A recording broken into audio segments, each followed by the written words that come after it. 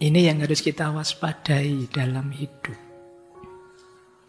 Waspadai yang pertama, lingkungan yang melalaikan. Yang kedua, tipu daya musuh. Yang ketiga, nyanyian hawa nafsu.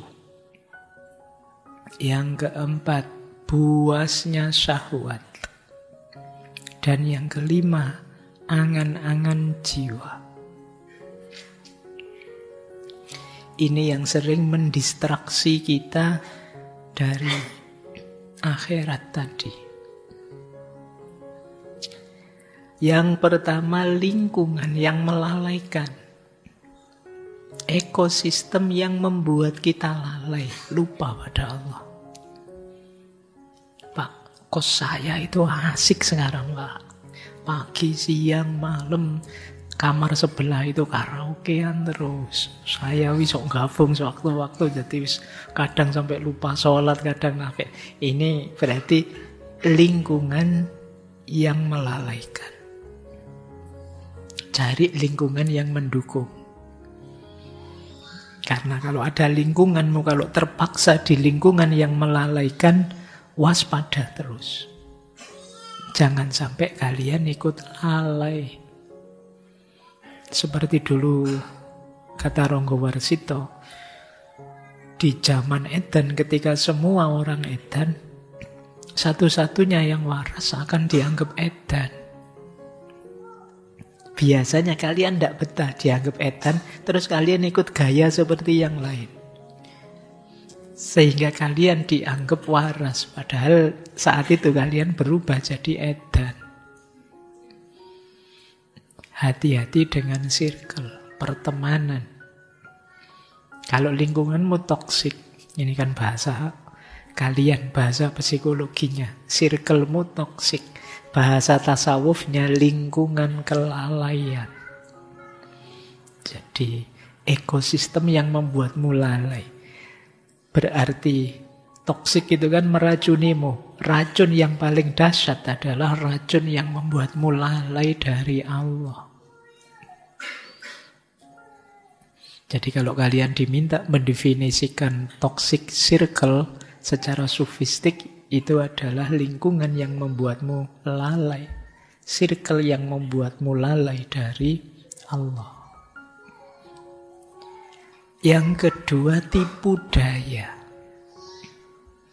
Orang yang membujukmu, mengajakmu menjauh dari Allah, melupakan Allah. Orang seperti ini tidak mungkin disebut teman. Dia pasti musuh.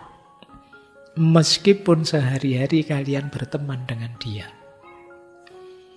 Kalau punya teman kok ngajaknya negatif terus, bujuknya ke arah yang negatif terus, menjauh dari Allah terus, berarti dia bukan teman. Sebenarnya dia musuhmu. Pak, berarti harus putus sahabat ini, Pak. Ya, waspada saja. Jadi kalian adalah pribadi yang mandiri. Tetap berteman oke, tapi kalau yang urusan tipu dayanya saya tidak akan ikut. Kalau bisa begini kalian kuat. Kalau tidak bisa, minggir saja. Memang solusinya itu. Kemudian, kalau dua yang pertama dari luar, ini yang lebih berat dari dalam. Godaan nafsu.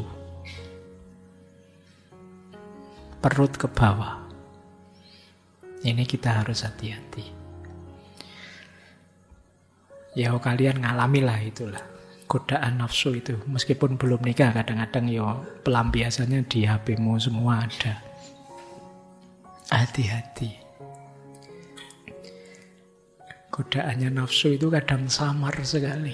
Kamu bisa berdalih macam-macam untuk membenarkan yang kamu lakukan, tapi hatimu tidak bisa kamu bohongi bahwa itu sesuatu yang dosa, yang tidak boleh. Kemudian, buasnya syahwat. Syahwat ini nafsu kebinatangan, sabu'iyah. ingin sukses, ingin menang atas yang lain, ingin unggul atas yang lain. Itu kadang-kadang membuat kita lupa diri. Terserah harus melakukan apa, yang penting aku menang, dia kalah. Itu puasnya syahwat. Terserahlah apa yang harus kita jalani, yang penting kaya, puasnya syahwat. Kemudian angan-angan jiwa. Angan-angan jiwa itu khayalan-khayalan. Seandainya-seandainya yang tidak ada gunanya. Kita kan sering kan berkhayal. Berkhayal yang tidak produktif. Mikir yang aneh-aneh. Ya macam-macam. Kayak kalian ngelamun. Seandainya ya saya punya kekuatan kayak Superman itu misalnya, saya bisa terbang. Terus seandainya saya punya teropong yang bisa lihat tembus tembok gitu, wah tak tontoni semua itu teman-teman. Itu kan mikir yang aneh-aneh, tidak ada gunanya, buang-buang waktu, ngapain sih mikir yang gitu-gitu. Angan-angan jiwa. Wah orang-orang kok uangnya banyak ya, bolak-balik bisa umroh, seandainya saya tinggal memejamkan mata sampai Mekah itu senang sekali. Kita mikir angan-angan yang tidak penting. Ayolah, yang produktif, boleh berimajinasi tapi yang produktif. Gimana caranya HP ini bisa di depan saya tanpa harus saya pegang. Nah, terus kamu mikir, oh nanti mungkin ada alatnya, ada apanya kan, alat banyak macam-macam itu. Itu kan imajinasi yang produktif. Tidak sekedar berkhayal yang tidak ada gunanya.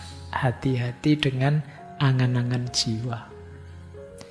Apalagi keinginan-keinginan yang negatif. Baik, kita lanjutkan.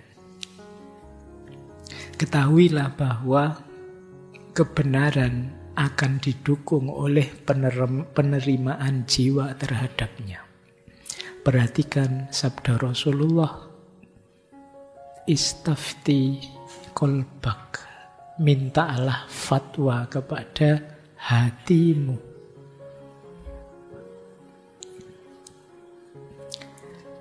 Jadi di antara jalanmu untuk sampai pada kebenaran adalah kejernihan hatimu.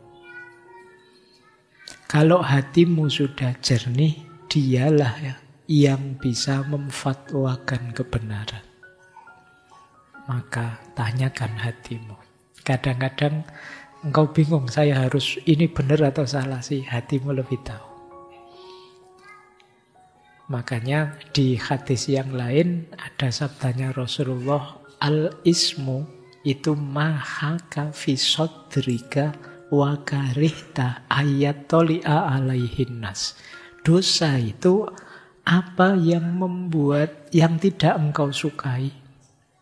Haka fi sodrika itu yang membuat hatimu bergetar, hatimu bingung, wa karihta, dan engkau tidak suka kalau orang lain tahu.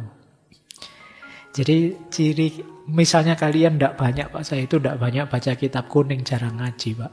Gimana saya bisa tahu ini dosa apa tidak? Biasanya kalau itu berdosa, kamu ragu-ragu, bingung, hatimu seakan-akan tidak menerima, dan kamu tidak suka orang lain tahu. Jadi apa yang kamu sembunyikan, orang lain tidak tahu, dan kamu tidak senang kalau orang tahu, dan tentang hal itu kamu ragu-ragu juga. Hatimu, nek basa Jawa ini mamang, ragu-ragu, kemungkinan itu dosa. Nonton gambar seperti ini boleh ndak ya Pak? Gitu. Saya coba kalau orang tuamu tahu kamu nonton gambar kayak gini, nyaman ndak? Ya ndak nyaman Pak. Oh ya sudah.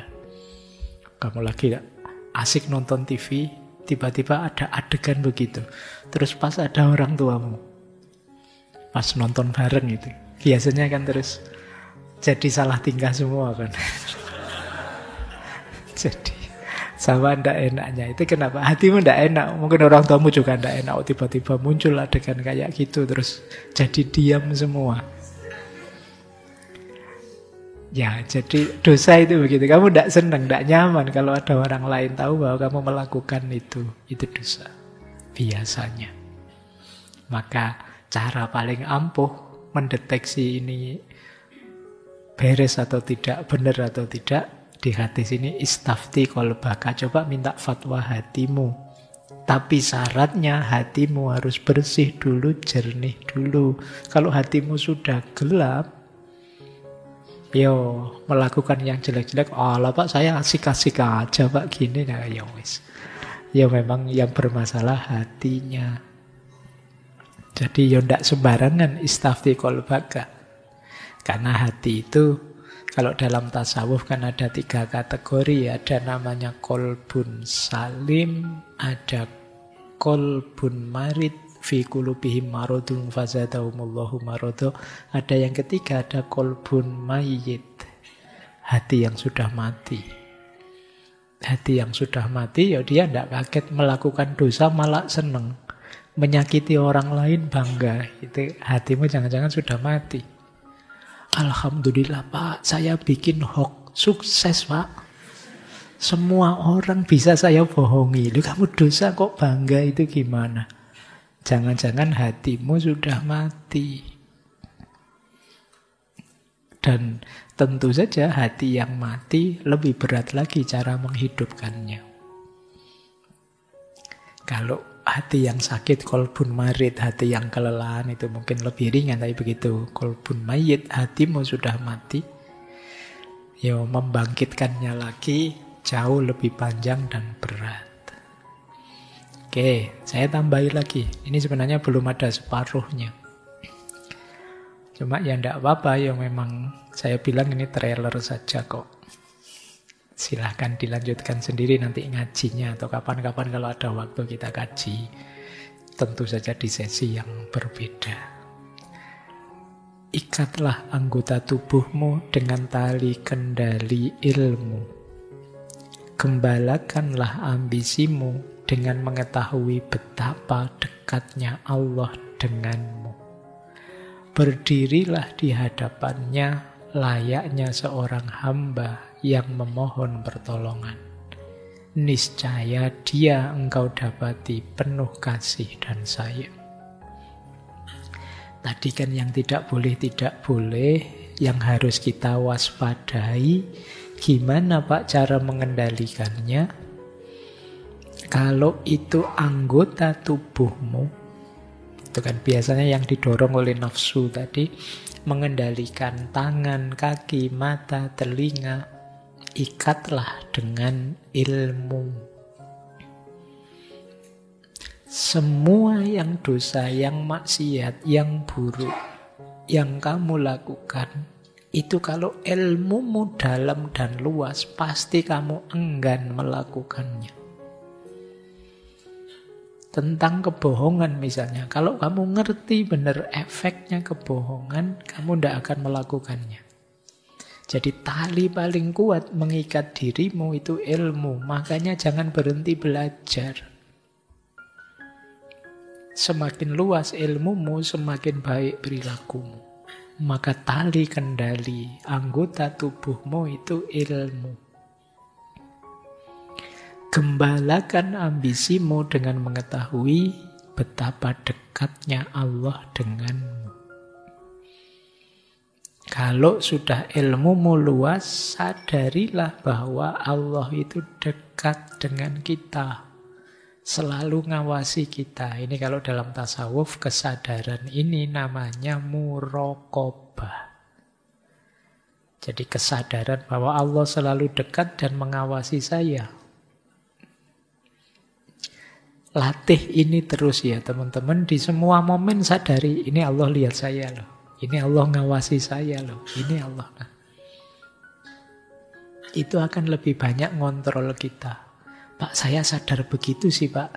Tapi biasanya saya nekat saja karena saya tahu Allah kan nanti tidak rame, tidak cerewet kayak netizen. Misalnya Kak Eno misalnya. Ya berarti ada yang salah dengan caramu menghayati hadirnya Allah. Harusnya orang di makom muraqabah ini sadar diawasi Allah terus, itu punya satu sifat. Namanya haya atau malu. Jadi kalau mau melakukan dosa, maksiat, kesalahan, dia Malu saya dilihat Allah. Wong Allah itu ngelihat. Mau buka situs yang aneh-aneh, Allah lihat, tidak enak saya. Itu namanya makom haya kalau dalam tasawuf. Ini orang yang sukses muraqabah. Ya memang berat, ini makomnya agak tinggi. Saya tahu kalian dan saya kan masih tidak banyak malu. Tidak tahu malu lah kita di banyak hal. Sudah jelas-jelas salah, jelas-jelas dosa, tapi ditabrak saja. Tidak ada malunya. Ini memang ada prosesnya. Di antara prosesnya apa? Berdirilah di hadapannya seperti seorang hamba yang memohon perlindungan. Berdoalah pada Allah, ya Allah, luaskanlah ilmuku. Sadarkanlah aku bahwa Engkau selalu hadir, mengawasiku. Nah, kalau kita memohon padanya seperti seorang hamba, mohon pada Tuannya, maka engkau akan mendapati Dia penuh kasih sayang. Pasti Allah mendengarmu, pasti Allah menjawabmu. Oke, wah waktunya. Tambah lagi lah. Jagalah hati dari buruk sangka dengan cara mengartikan baik segala hal.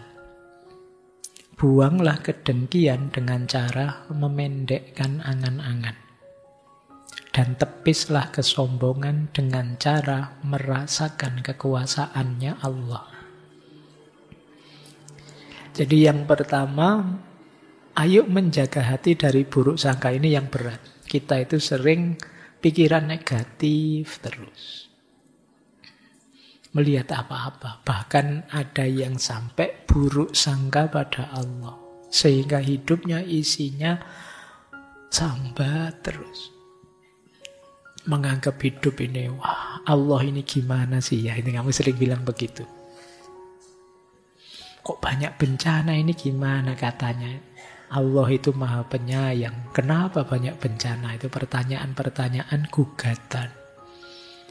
Ini suudzon pada Allah. Seolah-olah Allah itu tidak sayang lagi sehingga kamu disiksa. Tidak penyayang lagi. Seolah-olah Allah itu marah padamu. Seolah-olah Allah itu. Ini namanya suudzon pada Allah. Pada orang lain juga begitu. Caranya biar tidak suudzon gimana? Ganti perspektif. Dari negatif jadikan positif. Jadi kalau ada orang misalnya ini mesti nanti ujung-ujungnya menyusahkan, ya ganti perspektifmu. Jadi kalau ada kesusahan dimaknai, wah ini mau menguji saya, melatih saya untuk jadi lebih baik. Nah, ini kan ganti perspektif. Jadi kalau ada indikasi negatif apapun, kamu lihat sisi positifnya. Tadi misalnya saya ada batuknya, tiba-tiba saya batuk. Itu kan kamu bisa maknai negatif. Wah, Pak Faiz ini penyakitan sekarang. Padahal bisa kamu maknai positif. Wah, alhamdulillah ada jeda sedikit biar saya mikir sejak tadi materi, terus tidak ada jedanya. Ini kan ada positifnya. Kamu ambil yang positifnya, kamu lebih santai.